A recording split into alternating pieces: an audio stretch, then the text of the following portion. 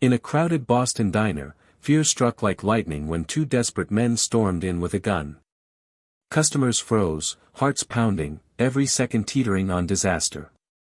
But while panic spread, one waitress stood tall. Ayanna Redbird, carrying the weight of her sister's fragile life, faced down the danger with nothing but calm words and unshakable courage. What no one expected was the silent man in the corner booth, a billionaire watching every move. And his next decision would change her life forever. The bell above the diner door jingled with a cheerful sound, but the mood inside was far from lively. Boston traffic outside roared with horns and sirens, but the small corner diner clung to its routine rhythm. The red vinyl booths were cracked with age, the scent of bacon and stale coffee hung thick in the air, and the fluorescent lights hummed overhead like restless bees. For most, this was just another weekday. For Ayanna Redbird, it was survival. Ayanna wove between tables with an economy of motion. Her pale blue dress and white apron were clean but frayed, the fabric softened by countless washes. She balanced plates with ease, refilled coffee cups without spilling a drop, and kept her smile gentle yet reserved. Her dark hair was pulled back tightly, revealing tired eyes shadowed with lavender smudges. She was young, but hardship had etched itself into her posture. Every move she made carried calculation. Mrs. Gable needed her toast extra crispy. The man in booth 3 had an onion allergy. The truck driver by the window wanted his burger rare but the fries well done. These details swirled in her head alongside heavier thoughts. Rent was due Friday. Her car's transmission was making that grinding noise again.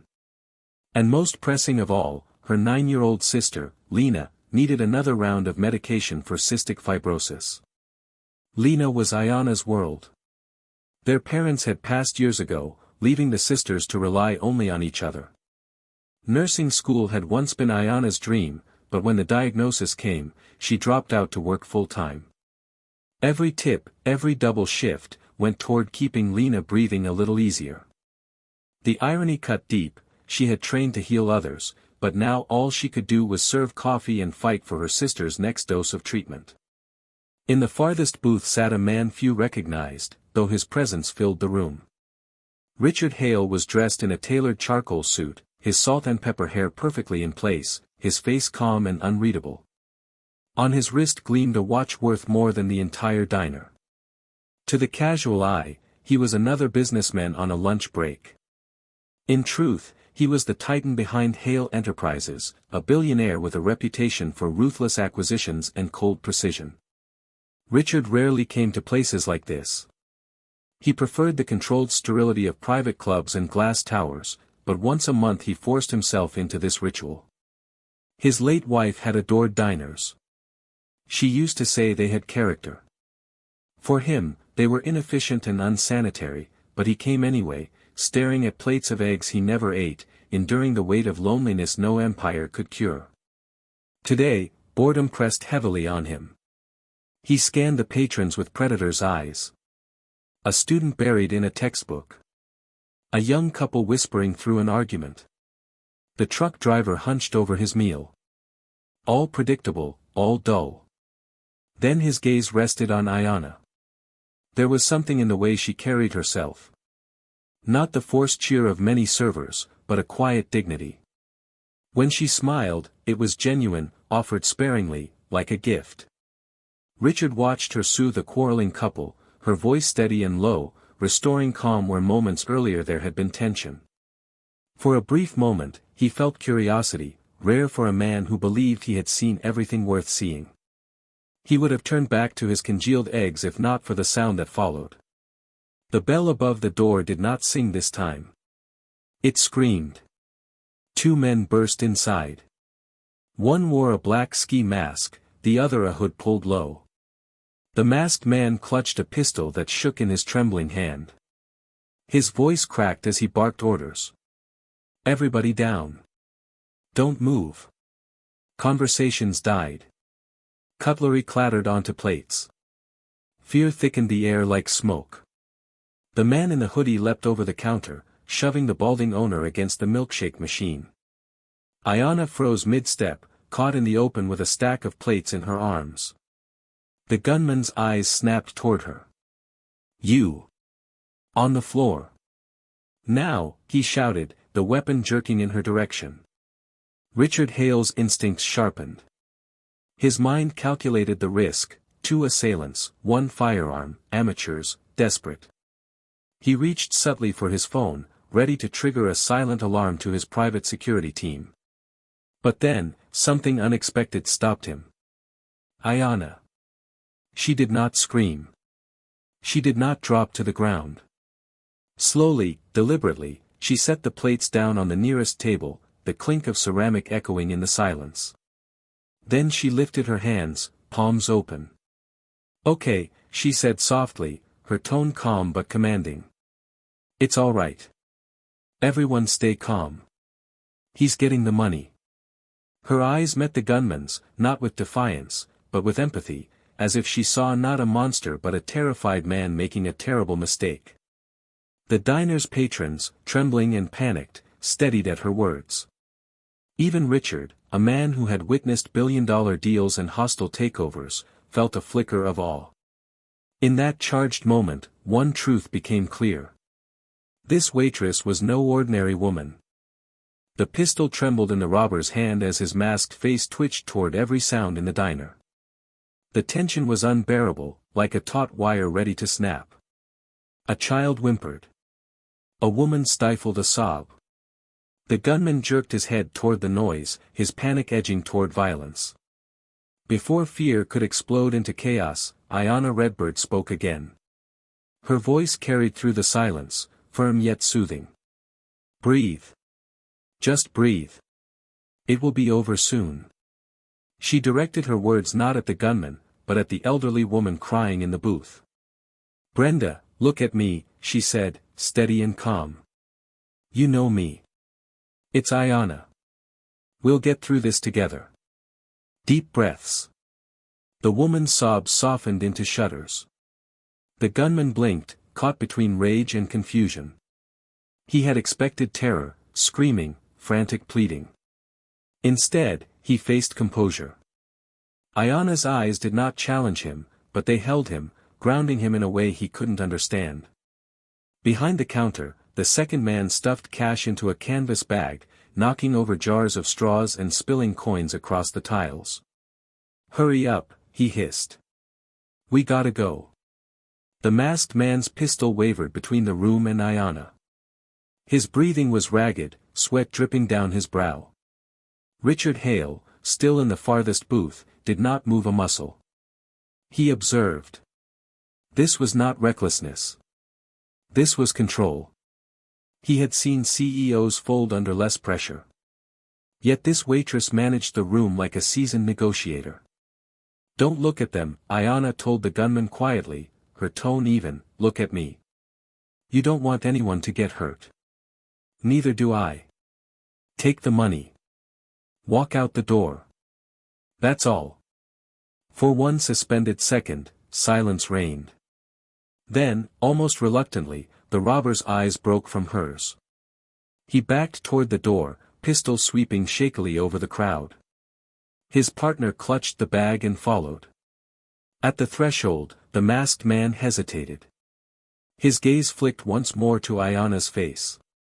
Something passed through it, a flicker of shame, maybe even respect, before he bolted into the city night. The diner exhaled all at once. Sobs broke out. People rushed to the windows to check the street. Sal, the owner, slumped onto a stool, his chest heaving. The clatter of a fallen fork echoed like thunder in the aftermath. And through it all, Ayanna moved. She knelt beside Brenda, offering a glass of water. She steadied a shaken student, reassured the young couple who had been arguing, and even managed a soft joke to coax a smile from the terrified truck driver.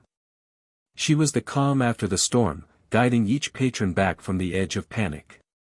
Richard Hale remained seated, his meal untouched, his expression unreadable. His phone rested on the table, the silent alarm unsent. He had watched every second with an intensity few would have believed possible. When the police sirens finally wailed outside, their flashing lights painting the diner windows, Ayanna stood tall. Her face was pale now, the adrenaline fading, but her composure had not cracked. She gave her statement clearly, noting details others had missed, the limp of the man in the hoodie, the logo on his sneaker sole. Her observations were crisp, almost clinical. Hours later, when order was restored, she returned to her tables. And that was when she approached Richard Hale's booth. Her hands trembled slightly as she slid the bill onto his table. "I'm sorry about all of that, sir," she said softly, her voice hoarse. "Your meal is on the house." Richard looked at her for the first time, truly looked. He saw the exhaustion in her eyes, the frayed seams of her uniform, and the steel in her spine that had steadied an entire room. He reached into his wallet without a word. From it, he drew a thick stack of crisp bills. 20 of them. $100 each. He placed them neatly on the table, then slipped a stark white card on top. $2,000. And a single business card with nothing but his name and a private number. "That wasn't fearlessness," Richard said in a low, gravelly voice. "That was management. Very impressive." Before Ayanna could respond, he stood and walked out of the diner, the bell above the door ringing in his wake.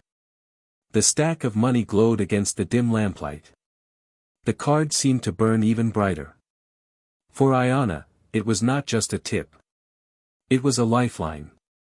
And it was also something else. A question. The diner had grown quiet after the chaos, though the silence felt fragile, as if one wrong sound could shatter it again. Plates were being cleared, police cars had long since driven away, and the last of the frightened customers trickled out into the night. Only the faint hum of fluorescent lights and the clinking of Ayanna's trembling hands filled the air. On table 7 sat the impossible, $2,000 in crisp $100 bills and a single business card. Ayanna stared at it, her pulse hammering.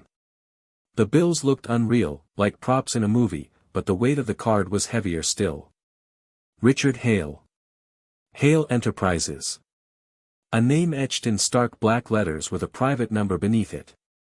She slipped both into her apron pocket, feeling the crinkle of the bills against her hip. Relief rushed through her so powerfully it nearly buckled her knees. $2,000 could buy time, Lena's next prescription, rent paid early, maybe even the purifier she'd dreamed of putting in her sister's room. But the card was different.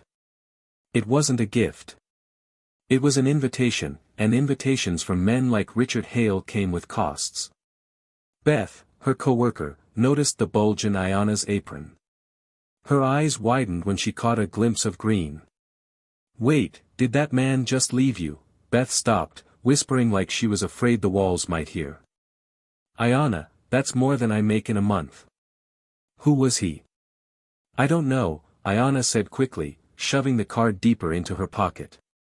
"Maybe just someone passing through." But she did know, at least in part. His name was in newspapers she could never afford to buy. She remembered scanning headlines in coffee shops when customers left them behind.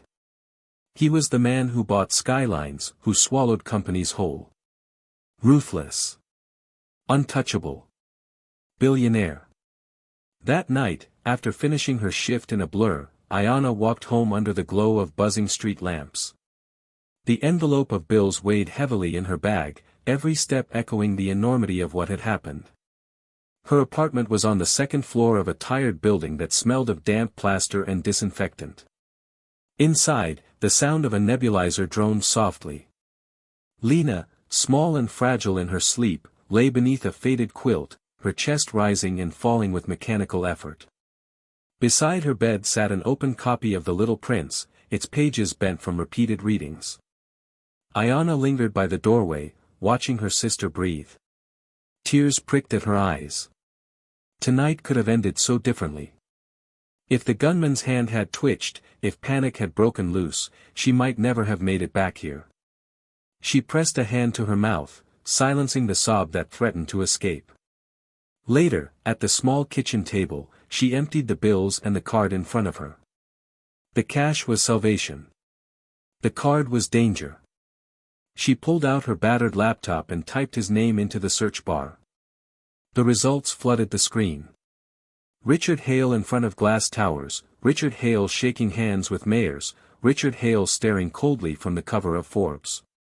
The headlines painted a clear picture: the predator of private equity, the Midas of Manhattan, the Velvet Hammer. His empire stretched across real estate, shipping, energy, and beyond. Tens of billions under his command. A man who was rumored to break his rivals with a smile. Why would someone like him hand her $2,000 and his private number? For 3 days, she let the card sit on the counter like a challenge. She used the money quickly, paid the rent early, refilled Lena's prescription, and bought the purifier that filled their apartment with clean, humming air. Each dollar spent was a breath of relief. But every time her eyes drifted back to that stark white card, her stomach twisted. Beth noticed her unease. "If I were you, I'd call," she said one afternoon, balancing plates at the diner. "Men like him don't hand out lifelines without reason. Maybe he wants to give you more." "It's not that simple," Ayanna muttered. She could not afford naivety. People like Richard Hale didn't offer charity. They made investments. Then one afternoon, as she sorted Lena's crayons, her sister picked up the card. "You should call him," Lena whispered, her voice raspy from her treatment. "He was nice to you, wasn't he? Maybe he can help us." Ayanna kissed her sister's forehead, torn between hope and suspicion. Pride didn't buy medicine. Pride didn't pay rent. On the 4th day, she sat at the kitchen table, the card pressed between her fingers. Her heart hammered as she dialed the number. The line clicked after 2 rings. "Hale," came the low, gravelly voice on the other end. Ayanna swallowed hard. "Hello, Mr. Hale. My name is Ayanna Redbird. I'm the waitress from the diner the other day." Silence. Then, "I know who you are. I've been expecting your call. I was beginning to think my judgment was flawed." "Your judgment?" she asked, her throat dry. "I judged you to be decisive," he said flatly. "For days is not decisive. It's hesitant." Her pulse spiked with irritation. "For days is practical. I had to make sure my family was safe before considering a cryptic offer from a stranger." Another pause. She thought she heard the faintest trace of amusement in his tone. "Fair enough. Finch Plaza. 88th floor. Tomorrow. 9 a.m. Don't be late." The line went dead. Ayanna stared at the phone in her hand, her chest rising and falling in disbelief. That wasn't a request. It was a summons. Tomorrow, her life would change forever. The morning sun stretched long shadows across the streets of Boston as Ayanna Redbird stood at the base of a tower that seemed to pierce the clouds. Finch Plaza loomed like a monument to wealth and power, its black glass walls reflecting the restless city below. She clutched her small purse, the edges of her iron blouse trembling with every anxious breath. This was no diner. This was another world. Inside the cavernous lobby, marble floors gleamed under chandeliers that glittered like frozen waterfalls. Men in bespoke suits and women in designer dresses glided past her with the casual confidence of people who belonged. Ayanna did not belong. She was just a waitress in a borrowed skirt and polished shoes that pinched her toes. Yet she walked forward, each step echoing like a declaration of defiance. The receptionist's headset gleamed against her sleek hair as she looked up. "Name?" "Ayanna Redbird," she answered softly, forcing strength into her voice. The receptionist's fingers tapped on a sleek keyboard. Then, with a smile that seemed rehearsed, she gestured toward a set of frosted glass doors. 88th floor. "Mr. Hale is expecting you." The elevator ride felt endless, the floor numbers blinking upward like a countdown to destiny.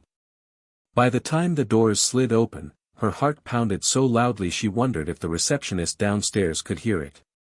The office she entered was less an office and more a kingdom. One wall was a seamless window stretching from floor to ceiling, revealing the entire city sprawled below. The furniture was sparse and modern, the air cool and scented faintly with leather and lemon. Richard Hale stood by the window, hands clasped behind his back, gazing down at the world he owned.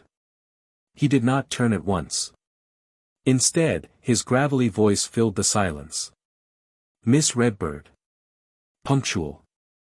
That is a good sign." Ayanna swallowed, her throat dry. "You asked me to come, Mr. Hale." At last he turned. In the bright morning light, he looked older than he had in the diner. Deep lines marked his face, the weight of decades of ambition etched into his skin. But his eyes were sharp, alive with something fierce. "Sit," he commanded, gesturing toward a leather chair that looked far too expensive for her to occupy. She perched on the edge, her hands clenched together in her lap. "I do not waste time," Richard began, lowering himself into the massive mahogany desk chair. "So I will be direct. The $2,000 I left you was payment." "Payment?" she repeated, her voice rising with unease. Thank you," he clarified, his tone flat. "For the most interesting display I have seen in years. Watching you handle those men was remarkable. You did not panic. You assessed. You managed the threat. You managed the victims. You controlled the environment." Her cheeks flushed. "I was just trying to keep people alive." He leaned forward, his eyes narrowing. "Precisely. And that is what impressed me. Most people crumble under pressure. You did not." He slid a single sheet of paper across the desk. Ayanna hesitated before taking it. Her eyes scanned the words, and her breath caught. It was an offer letter. Special Projects Coordinator, reporting directly to Richard Hale. The salary printed on the page made her vision blur. More money than she would earn in 5 years at the diner. Full medical, dental, vision. A benefits package that could save Lena's life. This is a mistake," she whispered. "I'm a waitress. I don't have a degree. I'm not qualified." Richard raised a hand, silencing her. "Your nursing background is precisely why I am interested. You are trained to observe symptoms, make quick diagnoses, and perform triage under pressure. Business is no different. It is about identifying the illness in a deal, knowing where to apply pressure, and knowing who to save first." He steepled his fingers. "Your resume is the most impressive I have seen in years. Not for what is on it, but for what is not. Failure." Ayanna stared at him, struggling to understand. "You can't be serious. You want me to solve business problems the way I solved that?" "Yes," he said, his voice sharp as a blade. "I need someone who can handle sensitive situations. Negotiations, protests, clients on the verge of walking away. I have lawyers and analysts for spreadsheets. What I need is someone who can bring stability when chaos breaks loose." Her heart thundered. It was insane. Impossible. A billionaire hiring a waitress because of a single robbery. And yet, the offer letter trembled in her hand, undeniable proof. "There is one condition," Richard added, his tone turning colder. "Absolute loyalty. Absolute discretion. Many here will not understand my decision. They will see you as an outsider. They will try to make you fail. If you do, you are gone. No second chances." He stood, signaling the meeting was over. "You have until the end of the day to decide." Ayanna rose on unsteady legs. The city glittered beyond the glass wall, sharp and merciless. This was not her world. It was a world of sharks, and she was a minnow. But sharks bled like anyone else. Her gaze dropped to the offer letter clutched in her hands. Her mind raced with images of Lena, her fragile chest rising and falling beneath hospital sheets, her laughter when the nebulizer was switched off, her quiet hope for tomorrow. She lifted her chin and met Richard's gaze with the same steady calm she had shown in the diner. "You don't need to wait until the end of the day," she said, her voice firm. "I accept." For the first time, Richard Hale allowed the faintest trace of a smile. "Good," he said. "Your first test begins Monday." The following Monday dawned gray and cold, the Boston skyline shrouded in mist. Ayanna Redbird stood in front of Finch Plaza once again, her new keycard clutched tightly in her hand. She wore her only professional outfit, a black skirt and white blouse she had ironed until the fabric seemed ready to crack. The reflection in the glass doors showed not a waitress anymore, but something in between, someone about to step into a foreign world. The 88th floor hummed with quiet intensity. Conversations were low, purposeful, clipped. Phones buzzed with urgency. Every surface gleamed as though touched by wealth itself. Ayanna's small glass-walled office sat directly outside Richard Hale's, a clear signal to everyone that she reported only to him. But it was also a fishbowl, and she felt the eyes on her instantly. Whispers followed her from the moment she walked to the coffee station. "That's her. The waitress." Finch must have lost his mind. "My cousin has an MBA from Wharton and couldn't even get an interview." The words cut sharp, but Ayanna kept her expression neutral. She had endured crueler remarks in the diner when tips were short. On her second day, her primary rival introduced himself. Preston Cole. He was tall, immaculately groomed, and carried himself like he owned every corridor. His tailored suit was worth more than Ayanna's car, his smile a mask that never touched his cold eyes. "Maya, isn't it?" he said, leaning against her office doorframe without invitation. "Ayanna," she corrected, refusing to rise from her chair. "Preston Cole. I head acquisitions. Just wanted to welcome you to the team." The word "team" dripped with sarcasm. He glanced around her sparse office, then smirked. "We're all fascinated by your unconventional hiring story. Finch certainly enjoys surprises." "Thank you," she said evenly. She met his gaze but didn't smile. He chuckled, a dry sound. "Well, if you ever need help learning the difference between EBITDA and a non-GAAP earning, do let me know. Wouldn't want you to drown." Then he turned and sauntered away. The encounter only steeled her resolve. For the first week, she did exactly what Richard had instructed. She observed. She read every file she could access, sat silently in executive meetings, and watched how people spoke, which topics made them flinch, who dominated the room, and who avoided questions. She was mapping this new battlefield, the way she once mapped every customer's preference at the diner. At the end of the second week, Richard summoned her. He didn't look up from his computer when she entered. "The Sterling Tower project," he said. "There's a problem." Ayanna had read the file. Sterling Tower was a planned luxury high-rise, 80 stories of glass and steel. The problem was one stubborn tenement building in the middle of the construction site, occupied by elderly residents under rent control. Finch Enterprises had offered buyouts, and most tenants had left. But one, a 78-year-old retired schoolteacher named Mrs. Dubois, refused to move. "Preston has been handling it," Richard continued. "His strategy of pressure and legal threats has made her defiant. Now it's a media headache." Finally, he lifted his gaze to hers. "Preston sees it as a negotiation. He's wrong.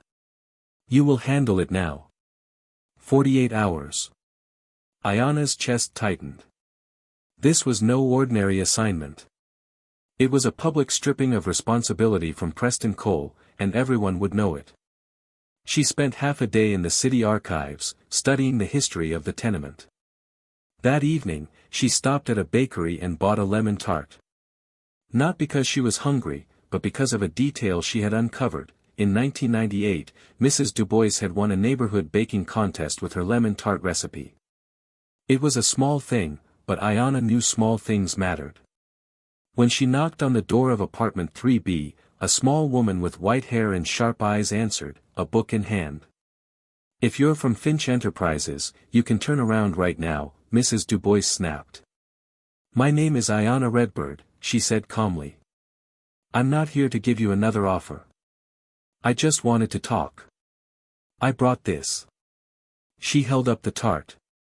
Mrs. Du Bois's stern expression faltered. Surprise flickered in her eyes. After a long pause, she sighed. Well, it would be a shame to waste a good tart. Come in. The apartment was modest but filled with life, books stacked high, photographs lining the walls, a fireplace built by her late husband. Ayanna listened as Mrs. Du Bois spoke of her years teaching, her husband's work as a firefighter, her garden roses, and the memories tied to every inch of that building. Finally, the old woman looked her in the eye. You know why I won't leave, don't you? It's not about the money, Ayanna said quietly. Of course not, Mrs. Du Bois scoffed. My husband laid every brick in that fireplace. My son took his first steps on this floor. That rose bush outside, I planted it the day he left for college. This isn't an apartment. It's my life. And that man, Cole, he thinks everything can be bought. Ayanna leaned forward. What if it wasn't about the bricks? What if we preserved the memory? She slid a folder across the table. Inside was a proposal she had typed herself. Sterling Towers' planned park would become the Robert Du Bois Memorial Garden, centered around her husband's rose bush, with a bronze plaque honoring his service. Finch Enterprises would also endow the Du Bois Literacy Fund, providing books to inner-city schools in her name. Mrs. Du Bois's sharp eyes filled with tears. Immortality, she whispered. That's what you're offering. The next morning, she signed the agreement. When Ayanna presented the solution to Richard in the boardroom, Preston Cole sat fuming in silence. Richard's expression gave nothing away, but in his eyes flickered something rare, approval. Preston had used force and failed. Ayanna had used empathy and succeeded. And on the 88th floor, the balance of power had begun to shift. The Sterling Tower deal closed smoothly after Mrs. Du Bois signed the agreement, but the ripple it sent through Finch Plaza was seismic.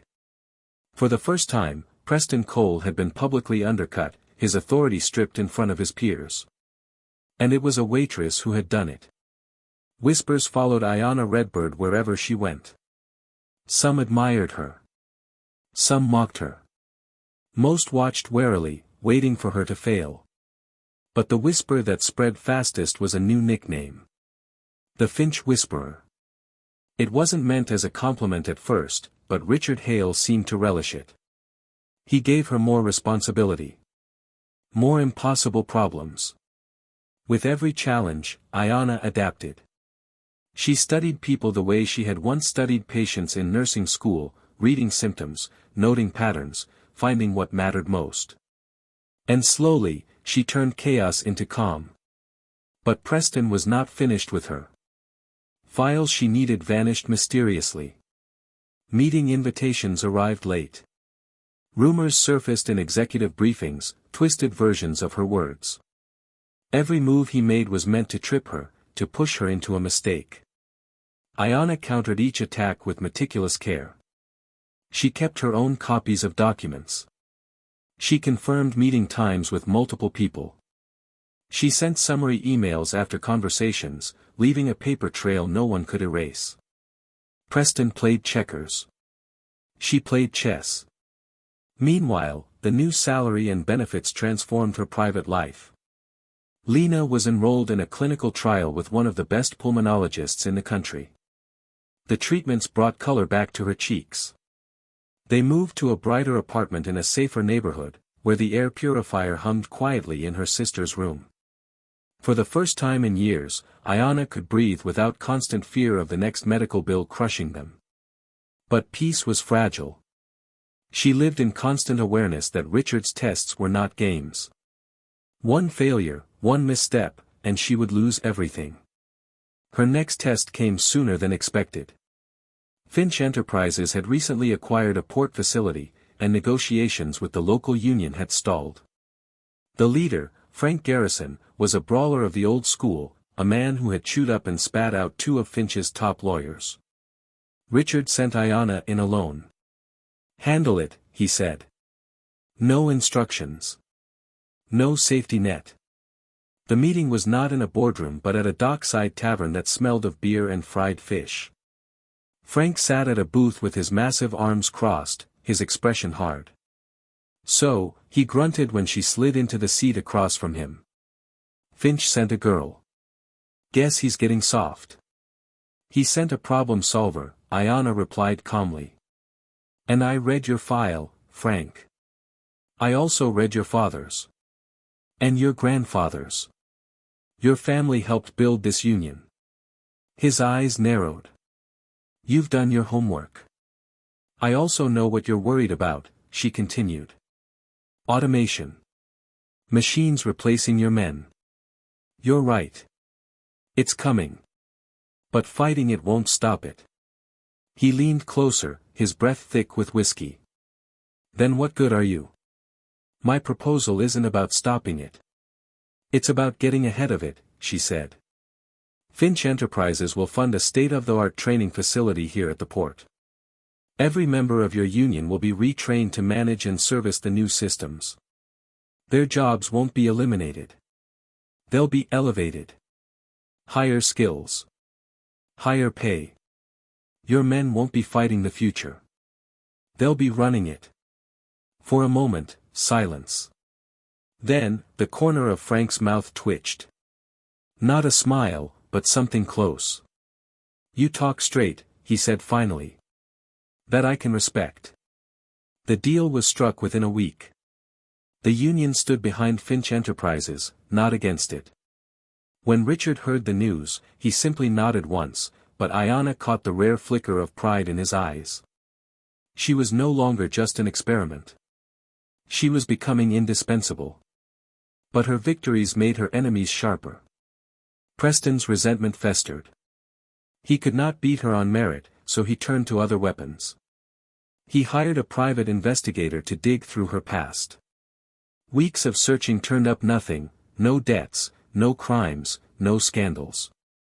Ayanna's life was spotless, if tragically modest. Until the investigator found one thread. A name buried in police records from that night at the diner. The robber. Daniel Sullivan. He had been arrested weeks after the robbery, caught spending marked bills. He had a brother.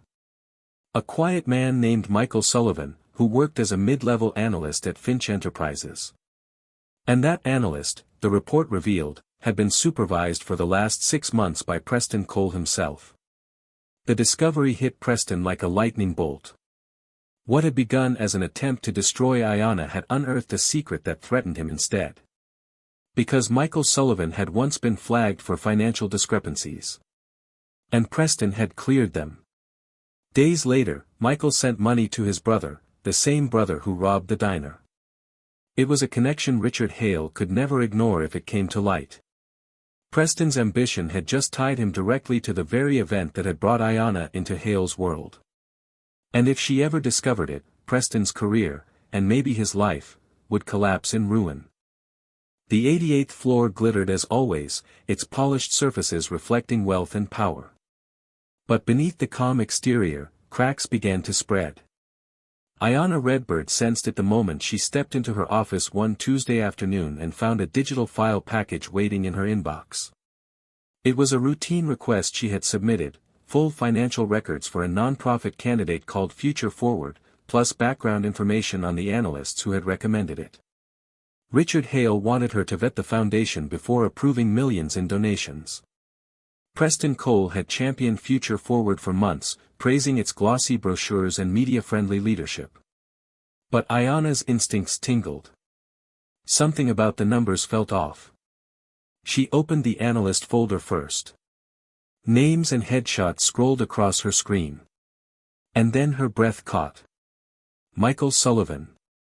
The face staring back was eerily familiar, the same sharp chin and hollow eyes as the gunman in the diner. Not identical, but unmistakably related. The police had shown her mugshots weeks ago, and the resemblance was undeniable. Michael's brother, Daniel Sullivan, was one of the robbers. A chill ran down her spine. She scrolled further. Michael's most recent projects included the Northwood Logistics deal, overseen by none other than Preston Cole. A note from an internal audit appeared on the file, flagged discrepancy, cleared by Preston. Her stomach twisted. Preston had approved Michael's report despite clear warnings.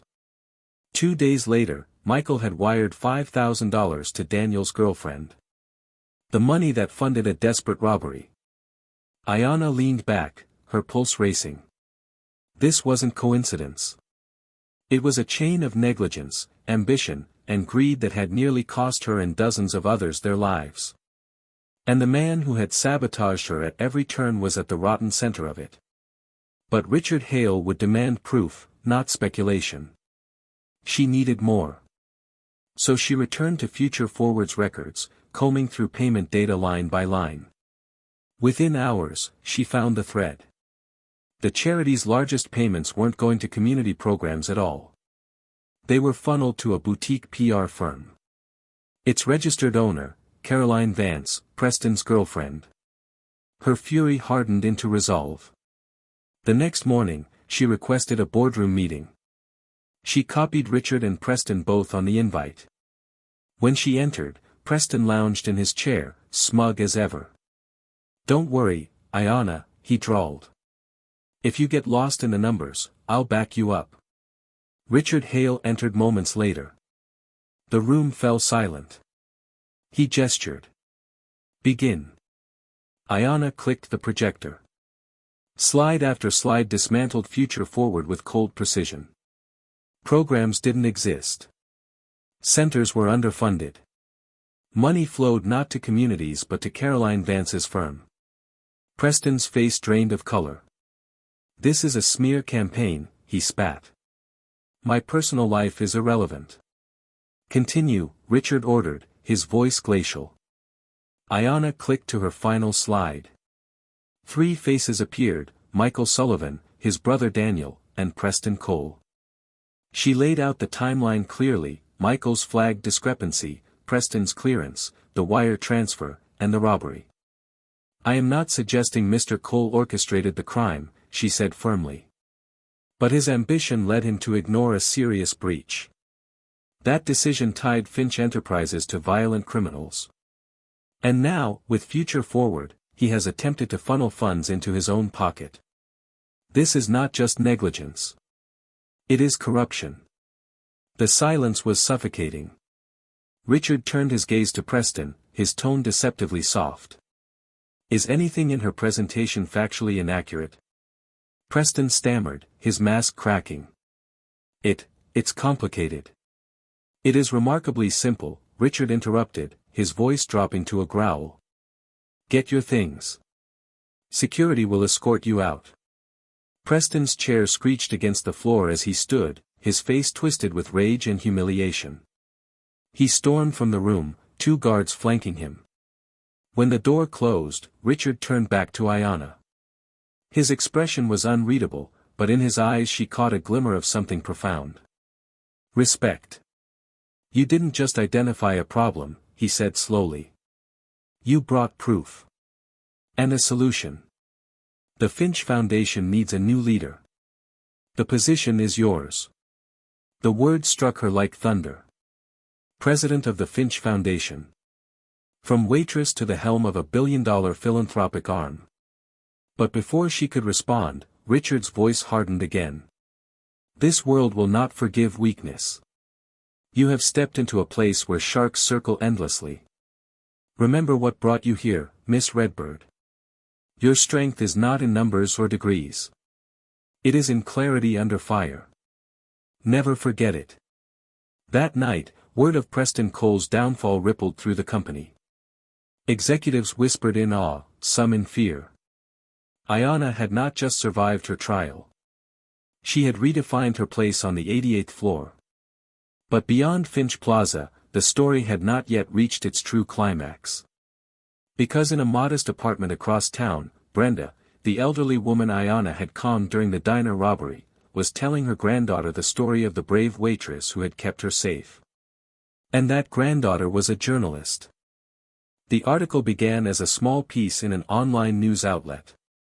Chloe, Brenda's granddaughter, had listened carefully to her grandmother's story, the waitress who had faced down armed robbers with nothing but her calm voice, the mysterious man in the corner booth, and the astonishing tip he had left behind.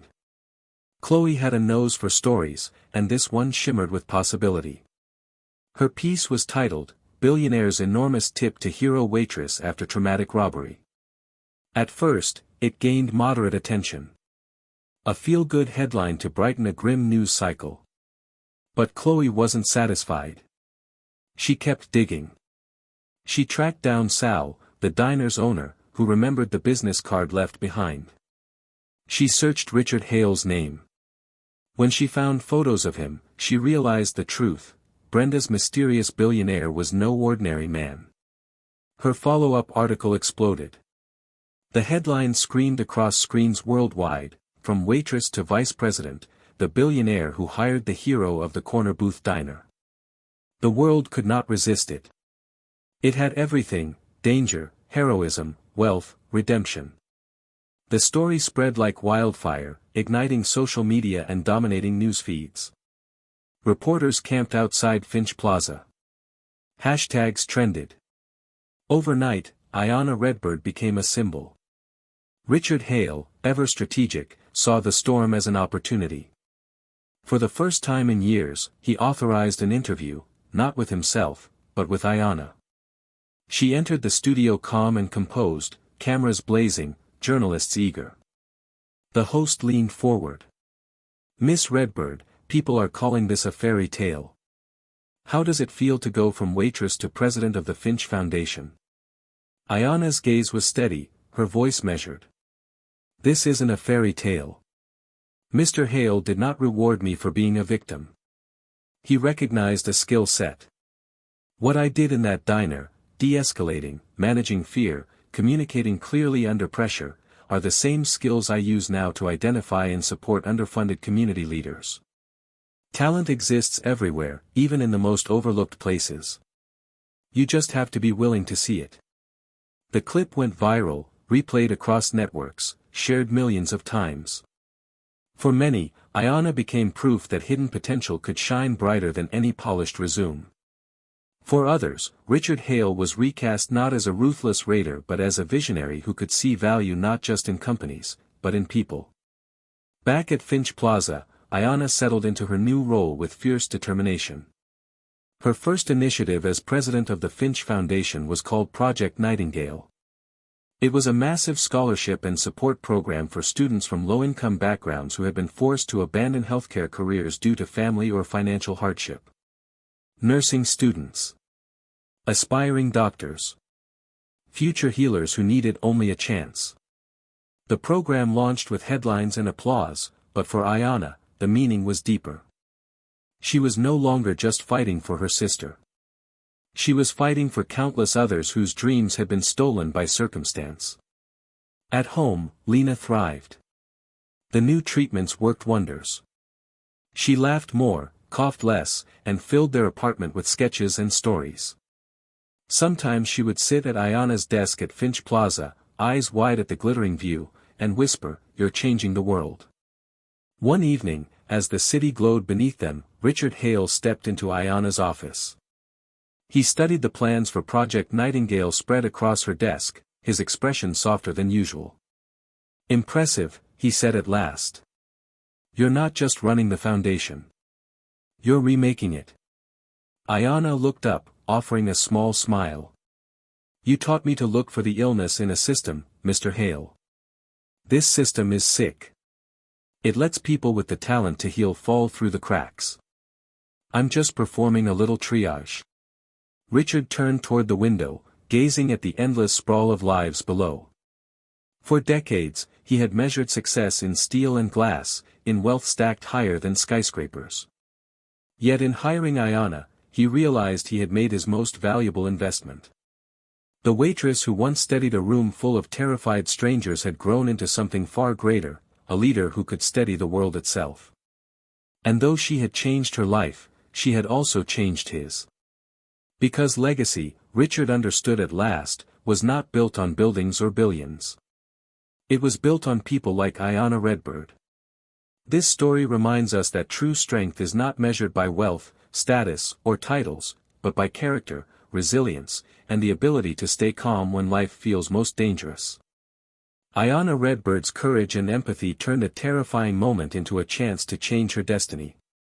Her journey shows that potential often hides in unexpected places, and with the right opportunity, even ordinary people can achieve extraordinary impact.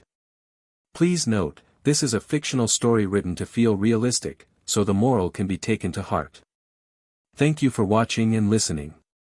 If you enjoyed this story, we'd love to hear your thoughts in the comments. Don't forget to like, share, and subscribe for more unforgettable stories.